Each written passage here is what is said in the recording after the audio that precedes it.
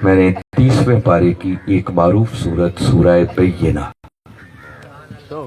اس کی ایک آیت کریمہ تلاوت کرنے کا شرف حاصل کیا۔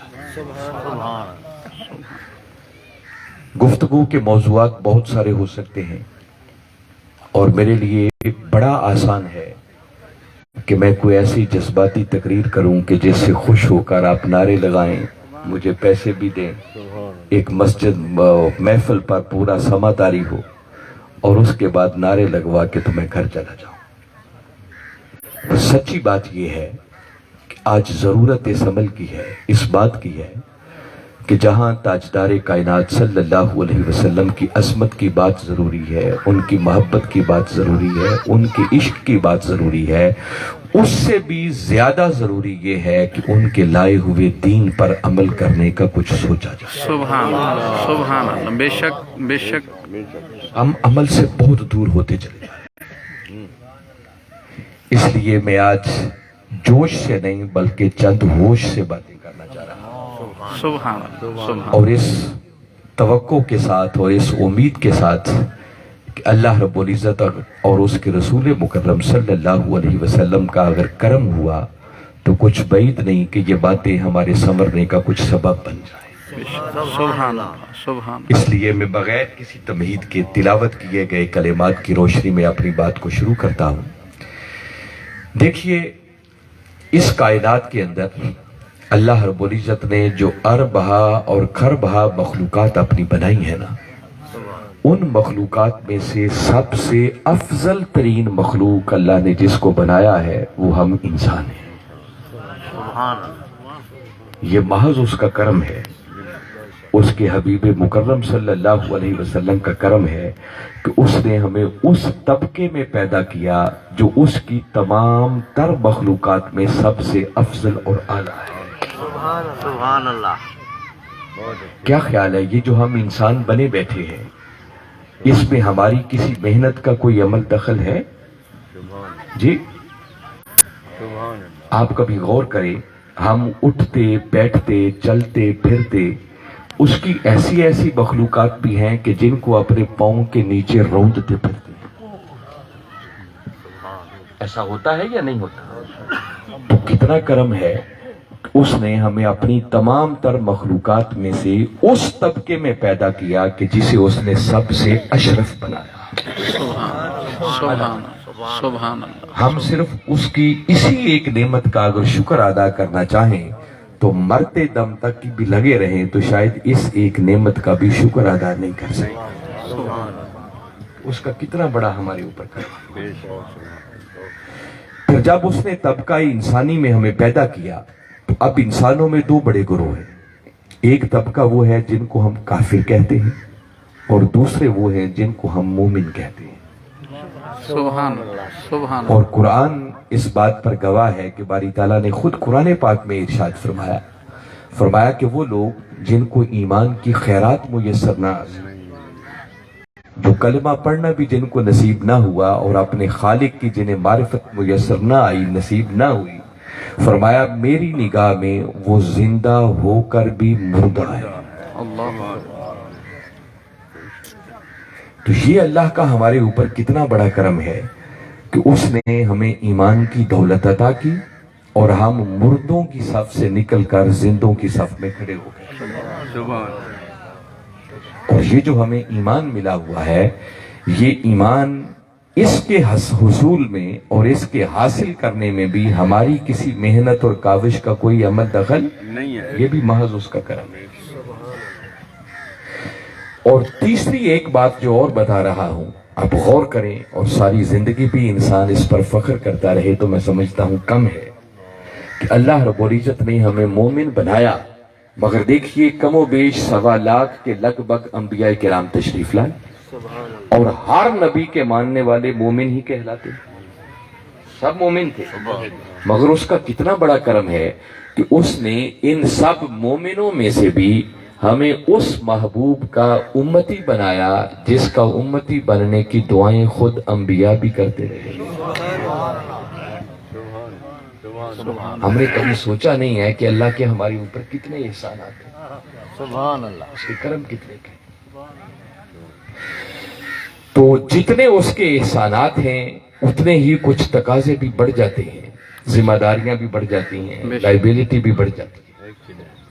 وہ انسان جس کو اللہ رب العزت نے اشرف بنایا اور اس کو اپنے محبوب کا امتی بنایا، اگر قرآن کا مطالعہ کریں تو اس انسان کی کامیابی کے لیے بنیادی طور پر اللہ رب العزت نے دو چیزوں کا ذکر کیا، اور یہ بات قرآن پاک کے اندر کوئی 2 4 5 10 مقامات پر نہیں ہے۔ میں اگر بڑی محتاط سی بات بھی کروں تو شاید 70 سے زیادہ مقامات ہیں جہاں باری تعالیٰ نے بڑی صراحت کے ساتھ بیان کیا کہ دنیا اور آخرت میں حقیقی کامیابی اگر میسر آئے گی تو ان کو جن کے اندر 2 خوبیاں پائی جائیں گی۔ سبحان اللہ۔ اور وہ 2 خوبیاں کیا ہیں؟ ایک ایمان ہے، اور ایمان کے ساتھ ساتھ دوسری خوبی ہے اعمال صالحہ۔ سبحان اللہ۔ میں صرف 2 مقامات وقت کو سامنے رکھتے ہوئے آپ کے سامنے رکھتا ہوں تاکہ یہ جو میں نے بات کی ہے یہ آپ کو سمجھ آئے۔ جو آیت میں نے شروع میں تلاوت کی یہ سورہ بینہ، معروف سورت ہے 30ویں پارے کی، اس کی سیکنڈ لاسٹ آیت ہے۔ اس میں باری تعالیٰ نے فرمایا ان الذین آمنوا وعملوا الصالحات، فرمایا بے شک وہ لوگ جو ایمان لے آئے اور ایمان کے ساتھ ساتھ پھر جنہوں نے اعمال صالحہ کو اپنی زندگی کا وتیرہ اور شعار بنا لیا۔ کتنی باتیں ہو گئی؟ ایک ایمان اور ایمان کے ساتھ اعمال صالحہ۔ فرمایا اگر یہ 2 خوبیاں کوئی شخص اپنے کردار میں پیدا کر لے تو باری تعالیٰ نے حصر کے انداز میں آگے اعلان فرمایا اولئک ہم خیر البریہ، تو فرمایا سن لو یہی وہ خوش نصیب ہیں جو میری تمام تر مخلوقات میں سب سے اچھے ہیں۔ سبحان اللہ۔ واہ واہ۔ سب سے بہتر ہے۔ ایک تو حصر ہے، زور دیا، فرمایا یہی ہے۔ کیا ہے؟ خیر البریہ، کہ جتنی بھی مخلوقات اس نے پیدا کی اگر کوئی انسان اپنے اندر 2 خوبیاں پیدا کر لے، ایک ایمان اور ایمان کے ساتھ ساتھ اعمال صالحہ، تو فرمایا میں خدا اعلان کر رہا ہوں کہ میری تمام تر مخلوقات میں سب سے اچھے اگر کوئی لوگ ہیں تو وہ یہی خوش نصیب ہیں۔ سبحان اللہ۔ سبحان اللہ۔ اور اگر انسان ان خوبیوں سے محروم ہو جائے تو ایسے ہی لوگوں کی نسبت باری تعالیٰ نے فرمایا ہے کہ وہ انسان ہو کر بھی حیوان ہیں، اور حیوان ہی نہیں بلکہ وہ حیوانوں سے بھی بدتر ہیں۔ اللہ۔ تو کتنی خوبیاں چاہیے کامیابی کے لیے؟ 2۔ اچھا، اس سے اگلی آیت کو بھی ساتھ ملا لے تاکہ آپ کو مزید مضمون نکھر کے سامنے آ جائے۔ جب باری تعالیٰ نے اتنی بات کر لی کہ بے شک وہ لوگ جو ایمان لے آئے اور جنہوں نے اعمال صالحہ کو اپنی زندگی کا وتیرہ اور شعار بنا لیا، یہی سب سے اچھے لوگ ہیں، تو آگے فرمایا جزاؤہم عند ربہم جنات عدن، فرمایا پھر ان خوش نصیبوں کے لیے ان کے رب کے پاس جزا کے طور پر ہمیشہ رہنے والے باغات ہوں گے۔ سبحان اللہ۔ سبحان اللہ۔ جنتیں ہوں تجری من تحتہا الانہار، ایسے باغات جن کے نیچے پھر نہریں رواں ہوں گی، خالدین فیہا ابدا، اور پھر یہ خوش نصیب ان جنتوں میں ہمیشہ ہمیشہ رہے گا۔ اور اگلی بات پھر بڑی قابل غور ہے، آگے باری تعالیٰ نے فرمایا رضی اللہ عنہم ورضوا عنہ، فرمایا یہی وہ خوش نصیب ہیں کہ جن سے ان کا رب راضی ہو گیا اور وہ اپنے رب سے راضی۔ آہا۔ واہ واہ واہ واہ۔ سبحان اللہ۔ سبحان اللہ سبحان اللہ۔ مجھے بتائیں کہ اگر مولا کسی بندے سے راضی ہو جائے یہ کوئی چھوٹی بات ہے؟ اور صرف مولا ہی راضی نہ ہو بلکہ باری تعالیٰ آگے فرما رہے ہیں کہ پھر میں راضی ہو کر بندے کی ان خوبیوں پر اسے اجر ایسا عطا کروں گا کہ جس اجر کو پا کر بندہ مجھ سے راضی ہو جائے گا۔ آہا۔ سبحان اللہ۔ سبحان اللہ۔ کہ مولا حد کر دیے، کمال کر دیے تو نے دینے والی۔ سبحان اللہ۔ اور یہ اجر کس کے لیے ہے؟ جو صاحبان ایمان ہیں اور اعمال صالحہ کو اپنانے والے ہیں، ان سے ان کا رب راضی ہو جاتا ہے اور پھر رب اجر وہ عطا کرتا ہے کہ جس اجر کو پا کر بندے اپنے مولا سے بھی راضی ہو. سبحان اللہ. مجھے بتائیں اگر ایسی کیفیت اور یہ سٹیٹس، یہ مقام مرتبہ کسی کو نصیب ہو جائے تو اس کے آگے بھی کوئی ڈگری پاس کرنے والی بچتی ہے؟ جی آگے بندہ کہاں جانا چاہتا ہے کہ مولا بندے سے راضی ہو گیا اور بندہ اپنے مولا سے راضی ہو گیا. مگر یہ مقام اس خوش نصیب کو ملتا ہے جو اپنے کردار میں دو خوبیاں پیدا کرے، ایک ایمان اور دوسری اعمال صالحہ. دونوں ایک آیت میں اور پڑھتا ہوں تاکہ مزید مضمون نکھر جائے. یہ سورہ حامیم السجدہ 41واں سورہ ہے قرآن پاک کا، اس کی آیت نمبر 8 ہے. سیم اسی طرح باری تعالیٰ نے بات شروع کی، فرمایا ان الذین آمنوا وعملوا الصالحات. دیکھیں آغاز ان کلمہ تحقیق ہے جس کا معنی ہے بے شک. حالانکہ اگر یہ کلمہ نہ ہو تو اللہ کی بات میں پھر بھی کسی شک کی کوئی گنجائش نہیں ہے. تو ذرا سوچیں وہ بات کتنی پکی ہوگی کہ جس کے شروع میں خدا خود کہے کہ اس بات میں شک کوئی نہیں ہے. سبحان اللہ سبحان اللہ سبحان اللہ. فرمایا بے شک ہر شک و شبہ سے یہ بات بالا تر ہے. کیا الذین آمنوا وعملوا الصالحات، جو ایمان لے آئے اور جنہوں نے اعمال صالحہ کو اپنی زندگی کا وتیرہ اور شعار بنا لیا. فرمایا ان کے لیے لہم اجر غیر ممنون، ان کے لیے پھر اجر وہ ہے جو اجر کبھی ختم ہونے والا ہے.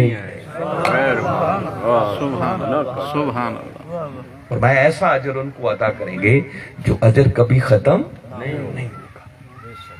چلیا والوں مجھے ایک بات بتاؤ، اگر کسی بندے کو اجر ایسا مل جائے جو اجر کبھی ختم نہیں ہوگا تو کیا خیال ہے جس بندے کو ایسا اجر ملے وہ بندہ خود ختم ہو جائے گا؟ بالکل نہیں جی نہیں. اگر بندہ ہی ختم ہو گیا تو اس کو ایسا اجر دے کے کرنا کیا ہے کہ اجر موجود ہو اور بندہ موجود ہی نہ ہو. آہا. وہ بات پلے پڑ رہی ہے. یہ آیت بتا رہی ہے کہ اگر کسی خوش نصیب کو اجر ایسا ملے گا جو اجر کبھی ختم نہیں ہوگا تو جس خوش نصیب کو ایسا اجر ملے گا یہ آیت بتا رہی ہے کہ موت بھی اس خوش نصیب کو مار نہیں سکتے. اللہ اللہ. بندہ مر کے بھی امر ہو جائے گا. آہا. واہ واہ واہ. اور یہ اجر کس کو ملے گا؟ جو اپنے کردار میں دو خوبیاں پیدا کر لے، ایک ایمان اور ایمان کے ساتھ ساتھ اعمال صالح. یہ تو میں نے اہمیت بتائی کہ کامیابی جس انسان کو باری تعالیٰ نے اتنا اونچا سٹیٹس، اتنا اونچا مرتبہ عطا کیا ہے، اب اگر وہ صحیح معنوں میں مولا کی رضا پر راضی پورا اترنا چاہتا ہے تو حال ایک ہے کہ ان دو بنیادی خوبیوں کو اپنے کردار کے اندر پیدا کرنے کی کوشش کرے. سبحان اللہ. آگے اس سبجیکٹ پر پھر گفتگو کرنے کے بہت سارے اینگل ہیں اور کسی ایک نشست کے اندر وہ ساری باتیں آپ تک پہنچانا ممکن. میں صرف جو باتیں آج کرنا چاہ رہا ہوں اس بات کے پیش نظر کہ ممکن ہے وہ باتیں کرنے سے خود میں سنور جاؤں اور میری بات سن کر کوئی اور سنور جائے. سبحان اللہ. جی جو میں خطاب کر رہا ہوں صرف آپ کو نہیں سنا رہا، پہلے میں خود کو سنا رہا. میں خود بھی سن رہا ہوں کہ میں کیا کہہ رہا ہوں. اگر ساری رات کے جلسے ہوں، تقریریں ہوں اور بدلے کوئی نہ، تو اس جلسے اور تقریر کا کیا فائدہ؟ اب یہ جو دو نعمتیں باری تعالیٰ نے فرمایا کہ اپنے کردار کے اندر پیدا کرو، ایک ایمان اور دوسرا اعمال صالحہ.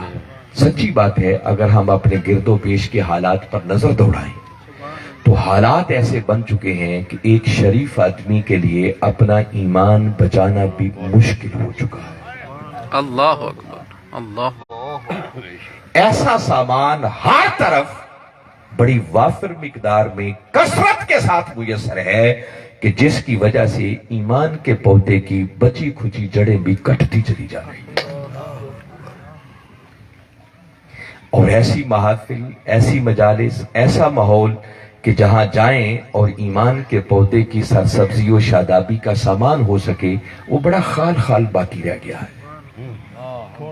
سبحان اللہ سبحان حتیٰ کہ ہماری دین کے نام پر سجنے والی محافل بندہ آتا تو کچھ لینے کے لیے ہے مگر کچھ بعید نہیں ایسی محافل بھی میں نے دیکھی ہیں کہ بندہ آتا لینے کے لیے ہے مگر جب جاتا ہے تو جو بچا کچا تھا وہ بھی دے کے چلا جاتا. اللہ اکبر اللہ اکبر.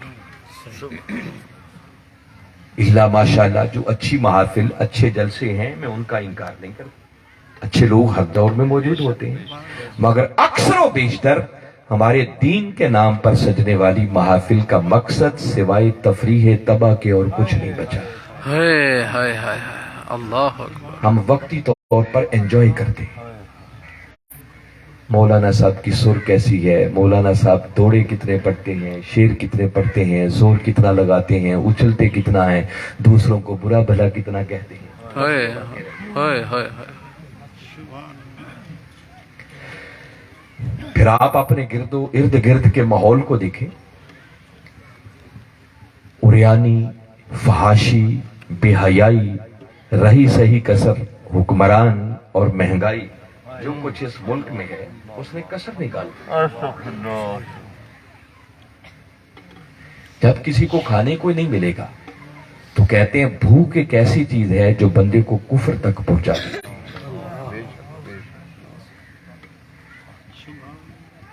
بسا اوقات اس بھوک کی وجہ سے بندہ اپنے ایمان کا بھی سودا کر دے گا. حالات اتنے ابتر ہیں کہ آج اولادیں کسی کے بس میں نہیں رہی. یہ موبائل ٹیلی فون ہے نا, یہی تباہی کے لیے کافی ہے. بند کمرے میں بستر پہ لیٹ کر بھی بچے عریانی اور فحاشی کے ساتھ جڑ سکتے ہیں. تو والدین کیسے بچائیں؟ میں نے بتایا ماحول ایسا آ گیا ہے, حالات ایسے آ گئے ہیں, فتنے ایسے پیدا ہو گئے ہیں کہ اس عام سادہ شخص کے لیے ایمان بچانا بھی مشکل ہوتا چلا جا رہا ہے. اور سادہ آدمی تو کیا بڑوں کو ایمان بچانا مشکل ہو گیا. اللہ اکبر. عمل تو بڑی دور کی بات ہے.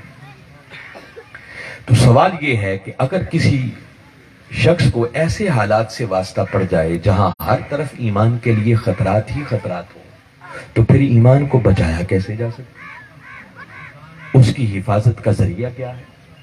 یہ تو اللہ کا کرم ہوا کہ اس نے ہمیں ایمان کی دولت عطا کر دی. اب ذمہ داری ہے کہ ہم اس ایمان کو بچا لیں, اس ایمان کی مزید پرورش کریں, نشو و نما کریں, اس کو مضبوط سے مضبوط تک. تو وہ ایمان کیسے بچ سکتا ہے, عمل کیسے سمجھ سکتا ہے, یہ دو چیزیں آج مجھے مختصر وقت کے اندر آپ تک پہنچا. قرآن اللہ کا ایک ایسا دیا ہوا نسخہ ہے کہ جس کے اندر ہر مسئلے کا حل موجود ہے, بے شک. بشرطے کہ ہم اس کی طرف رجوع کریں.